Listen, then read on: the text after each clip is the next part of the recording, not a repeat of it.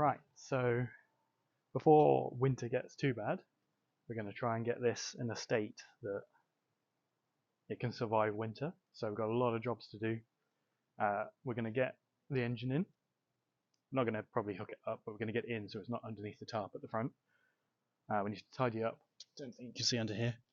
The handbrake cables and the brake lines are all just detached, so we're going to seal them up, connect them all up, so at least have a handbrake. And then we're going to probably shunt all this. We're basically going to do all the odds and sods jobs just to try and get it sealed up for winter, because it's already turning. It's sunny now, but it was tipping it down half an hour ago. And yeah, try and get it shipshape for winter, because it's going to get very hard to do anything on this in winter, because I don't have any covers for it. I don't have a garage, don't have a unit. So let's crack on with it.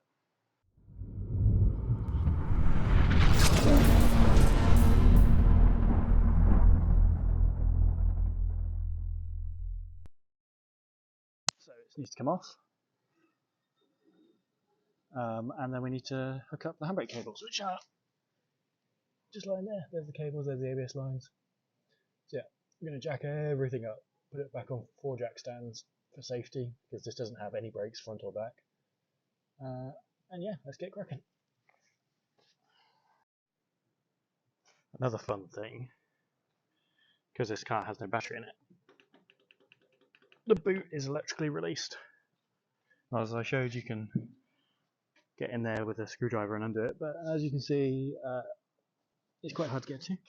So we have, focus, we have a little bit of string tied around it all.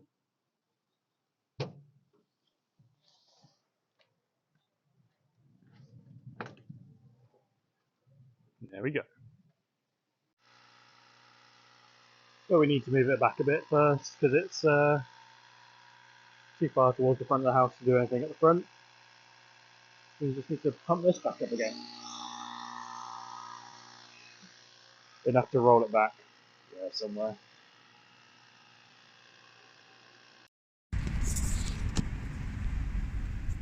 Right, now we are jacked up and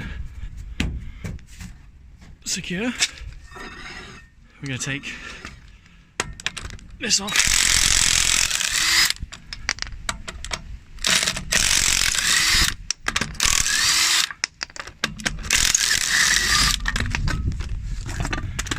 And sort the back end out. Right, oh, this is incredibly zoomed in close, but here we go. Handbrake cable 1, purple one, yellow one, all clipped in, coming through the bulkhead. I've lost one of those brown plastic things somewhere. I'll see if I can go find it before I tighten this up. Connect back in, we'll do this screw up, tighten it, and then when the handbrake is pulled, it should pull them. Right, there we go. Needs a bit of adjustment because this is really high up, but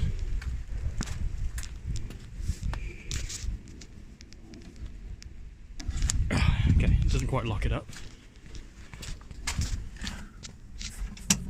There you go. That's back out like that.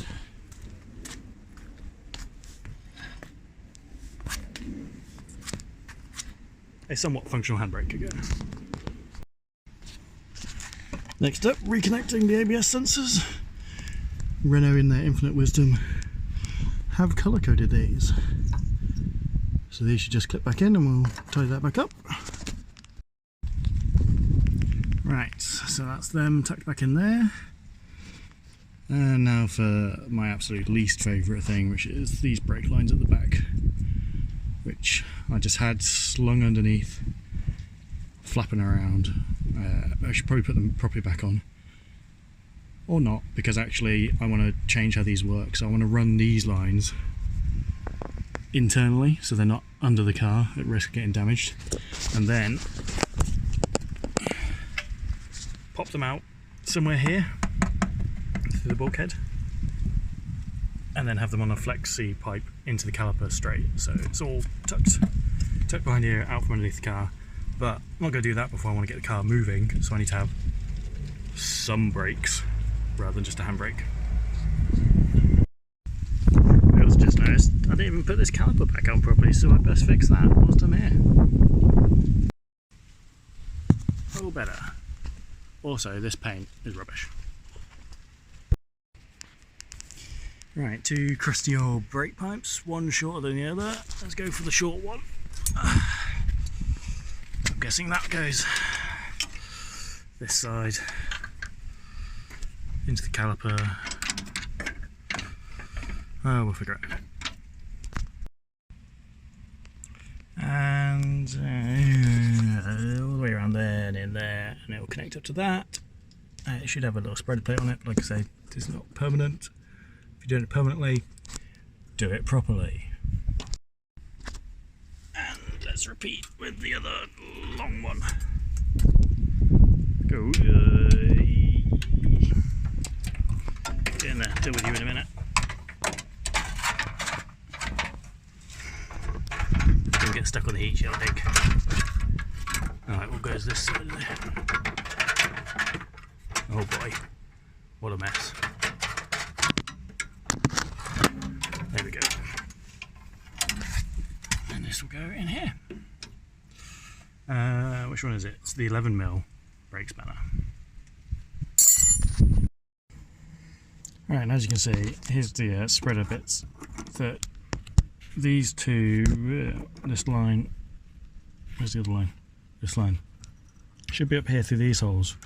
Spreaders on it to put tension, but they just never seem to fit in there. And then mirror one should be on here for spreading, putting tension on these, so these don't do that and rub through over time. But for my needs right now, it's fine. They are tightened up. They're in. The brake system is sealed. ABS lines are all in. Handbrakes are all in. So the back end of the car is put back together, pretty much. You see, there's the bolts for the. Oh, that one's loose. Oh dear. Let's tighten that up whilst we're here. But the others are tight. It's just this one then. Okay, that's fun. I hate doing these. That's two interesting things. One, these already started rusting. Two, the thread doesn't actually go far enough for those front ones. It needs to go up to like there. So you can see these back two, they go through a much thicker bit of the body, so they only have a tiny bit of thread sticking out. Whereas this had virtually all of it because the nut was fine, just fall on the ground. The nut was sat all the way up there. So you can change the bolts with some ones that have longer thread, which are a pain to find. Or what we'll do is just space it off with some washers. There we go, nice and solid now. No wiggle in it at all. And that's the other side done as well. All nice and tight. I've also just noticed my carbon canister's not even connected to anything. Well, that's all snapped off. Let's get rid of that at some point then. And just like that, the heavens opened. So, that's the wheels put back on. Handbrake's off. All the back end should be tightened up now, good to go. This one's a bit stiffer. Yes, that is silver paint overspray on the tyre. Right, it's time to do the front. Right, so that is the back half of the car connected to the front half of the car again. Time to move on to the front. So I've given it a little tidy up in here. You may or may not believe this. So now, the only things in here are the bits to actually go back on the car. So first up we have Gearbox. It needs the concentric slave changed. This is the old one. I'm hoping was the reason it could never get in gear. It's pretty tight and crunchy. I can't do it one-handed. You have to trust me, it does go crunch crunch, and then some bits do squirt out there and it's a horrible colour. So we've got a new one which is in one of those boxes somewhere. In fact, that can go out the car, safely disposed of in the environment. That's what we need to get on first. That means we can then put the gearbox on the engine, which is out the front of the car. And then we also have, hold on a second. Then the other bit in here to put back on is the cat, which I've just brought back in here at the shed. So yeah, running it pretty stock to start with. Then everything else is just pipework and cables. I'll hook up the stock intercooler first probably, or I might do the full one whilst it's all out and no time pressure. Yeah, so now we just need to get the engine, which is underneath that green builder's bag there, out and ready. So yeah, pretty much untouched since I picked it up. Looks like it's not got too wet or damp since I was last touching it, which was a while ago. So yeah, I need to put the cap back on in the new turbo gasket set, which we have now. That bolt's there, down through there. Need to figure out where the bolts are. Give it a bit of a clean up, but other than that, oh yeah, lambda sensor's missing. Good old scrapyards cut off the cats and everything to make the lives easier. So I've left the TCE loom on here because I need to re-loom it as well, which I might do as well. The clutch is looking a bit meh, but it was working. I'm sure it will clean itself up. Fingers crossed. Also amazing just how much this tyre is degraded. This is one of the original tyres that came with the car. And yeah, with 6 months of engine on it, on the sidewalls. They were not good tyres. Right, so concentric sleeve goes on these two bolts. That's where I took the old one off. Now some people say prime these beforehand, some people say don't bother priming them beforehand. We're going to go with the obviously lazy route of don't bother priming it beforehand. Here's a brand new one. I don't play with these whilst they're new and not bled. Hopefully this fits like a glove. Now I'll go find whatever torque value these have to be done back up to. Clutch lace cylinder release bearing, 21 newton meters or 15 pounds foot. I don't have a torque wrench that goes that low, so we're just going to do it by feel. Alright, so that's all torqued up in there. So gearbox, aside from needing a clean, is ready to go on. So next on the list is the turbo gasket kit again. Did this on the old engine, going to do it on the new engine. Here we go. Right, watch the old video, it tells you how to do it. Right, so that's back on. You'll notice I put these spacers on this time. So they came in the kit last time, I had no idea what they were for. I just noticed that on this one, which is presumably as it came from the factory, it's got them there on that bit, obviously to try and do something with the heat. So we'll do that on there. Again, not probably planning on keeping a cat in here, we'll get a decat pipe. So this is just to get it running. A few interesting other little differences between Twingo and Clio engines, or at least the implementation. Maybe cost saving on the Twingo, or maybe mine just never had it. But it's got this heat shield here, which my Twingo one didn't have, and I've not seen on another Twingo I've looked at, admittedly not looked at many. Also a bit of heat shielding around here, the boost pipe. That's on top of the obvious things where this goes to the driver's side, where in the Clio imagine it reversed now. The intercooler is behind that fog light area, whereas on the Twingo it's behind that one by default. So they have the pipes come out and go that way, whereas on the Twingo they come out and go that way. And I think on the Grand Modus and the Modus they do something in the middle. All from the same engine. Right, so that's that bit done. Just to dig out the bolt, which I put down somewhere on there. And that's the back of the engine sorted. Don't forget to like the video, and if you've enjoyed the content, subscribe to the channel. Once you've done that, make sure you hit the notification bell and set it to all so you don't miss any future episodes. If you want to support the channel even more, there is a Patreon, various levels, and they all have different reward tiers such as YouTube credits and even having your name or logo written on the car. Lastly, there is a merch store where you can pick up some cool CrewTube or Project Twingo merch. There's mugs, there's t-shirts, there's all sorts, all colours. Link in the description below for all these. Right, around the front of the engine, I've just been taking off all the Clio specific bits. So we had this pile of bits which are all Clio specific in terms of routing everything, or routing if you're American, that way around. Now I've got the Twingo bits to put it back going the other way, but it is getting dark. Not that it shows it on camera, although if I move it, it's get a bit blurry. So we're probably going to just quickly put them back on, sit it all back up, call it night. But yeah, pretty happy with the progress today.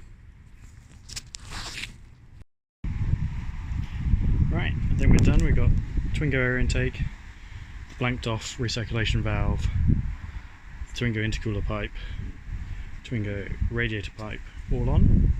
So we're going to cover it all up because it's probably going to chuck it down. Try and keep this dry, ready for tomorrow. Also my gloves. I've done glove things. Right, so it's a new day, 2 days later. The storm has been and gone. It looks dry-ish. So, time to engine crane, engine, gearbox, in. Right, that's the crane out. The front taken off here. Doesn't look too shabby. I need to replace this with the new one I've got, or the new old one. That doesn't need to be in here for now. So it can go on a pile of bits. Yeah. Right, that's the gearbox mount, which the other bit of it is there. You dig out the top mount, and the dogbo mount is under there. Right.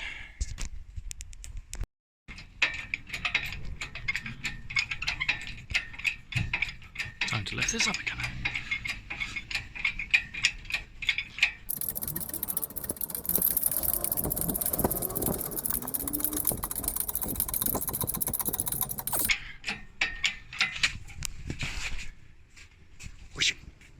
Gearbox. Boop, boop, boop.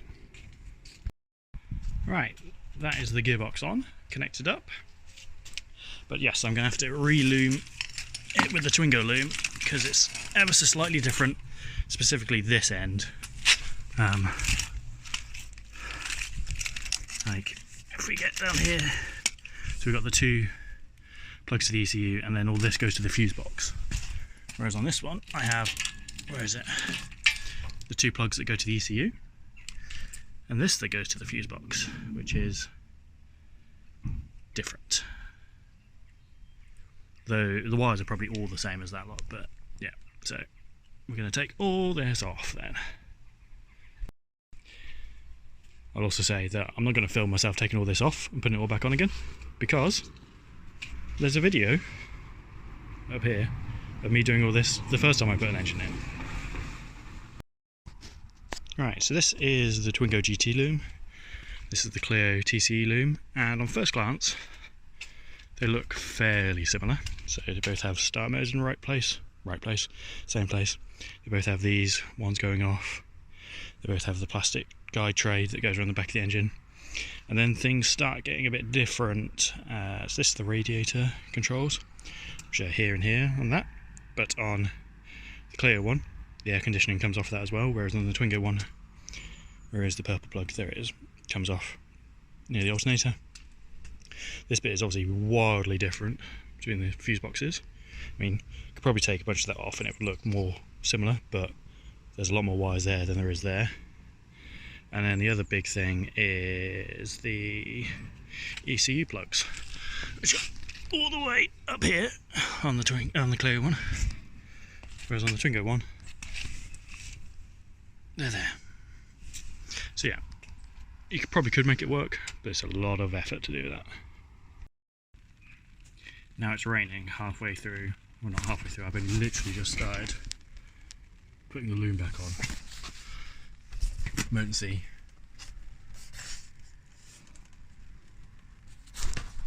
Emergency cover. Right, that took all of about 5 minutes with a bit of a rain interlude in the middle.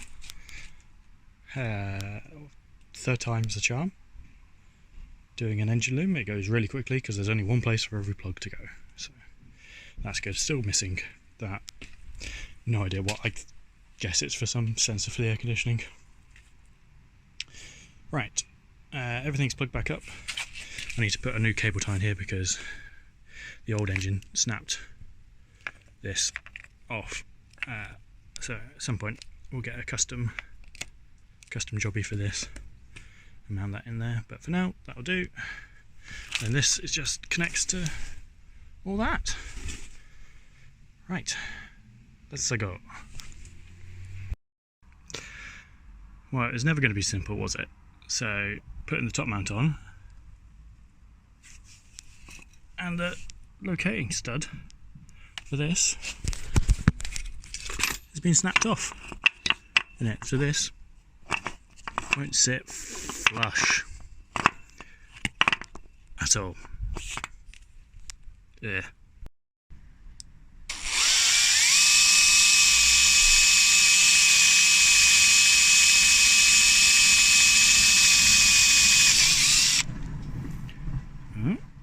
Well, that's through somewhere. Let's not blow metal shavings into the alternator. Alright, do it. Bigger drill. I think maybe I can get to it underneath and knock it out.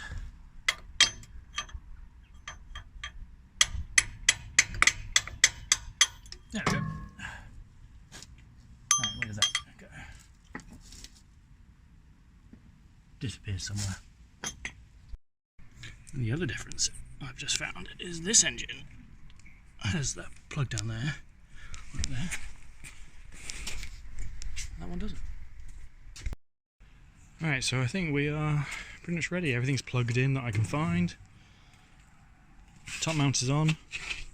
For some reason, this top cover, which I'll probably change to the Twingo one when I take this out again to do a proper service on it, because again, putting this in, checking it works, making sure it runs, changes gear, drives, and then we'll take it all out and then we'll refresh the engine. It has a much smaller hole there. I'm not even sure it's threaded, so I think this is the Twingo upper engine mount is different to a clear one. If I find a picture of one, I'll put it on screen here. Maybe it just has a different bolt compared to the Twingo ones. Who knows? Right, so that's on. That's on. Put it in here. Drop it in that hole. Slide it up into that hole. Tidy it all up. And let's get the engine back in.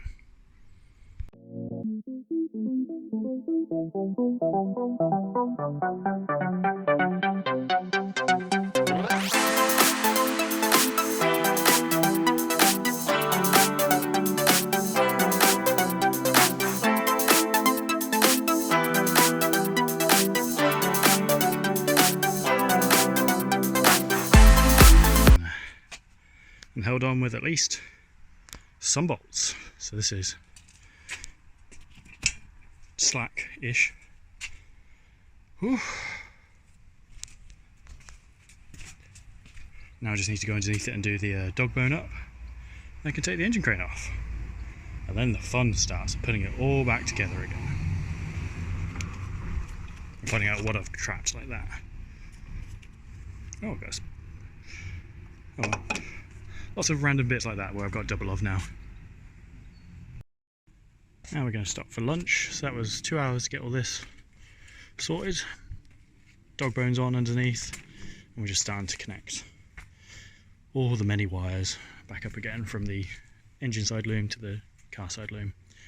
Luckily I recorded it all on YouTube so I can watch back the order for all these fuses and things. But yeah, let's go on for lunch and then come back and attack it a bit more after. Alright, this is back in. I just need to dig out the fuses for it. Gear cables are back on. The new one that Charlie sorted me out is back on with the proper clip, not just another one bent in there, so that's not going to fly off every 30 seconds. And then this is in here in the new focus slow cylinder, which again is hopefully not going to fly off every 30 seconds. So, as you can see, it's starting to rain again, so I think we should probably prioritise getting things watertight. Also, yes, I have wrapped a glove over the air intake.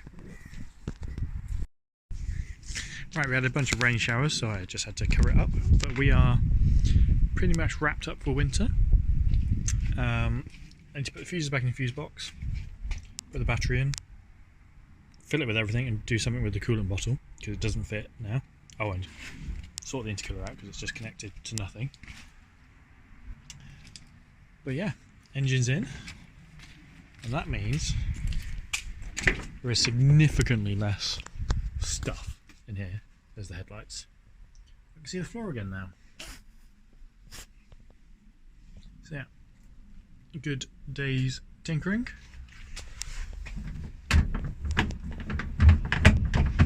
And a gearbox that feels like it's connected to something again. Good job. Ready for winter-ish.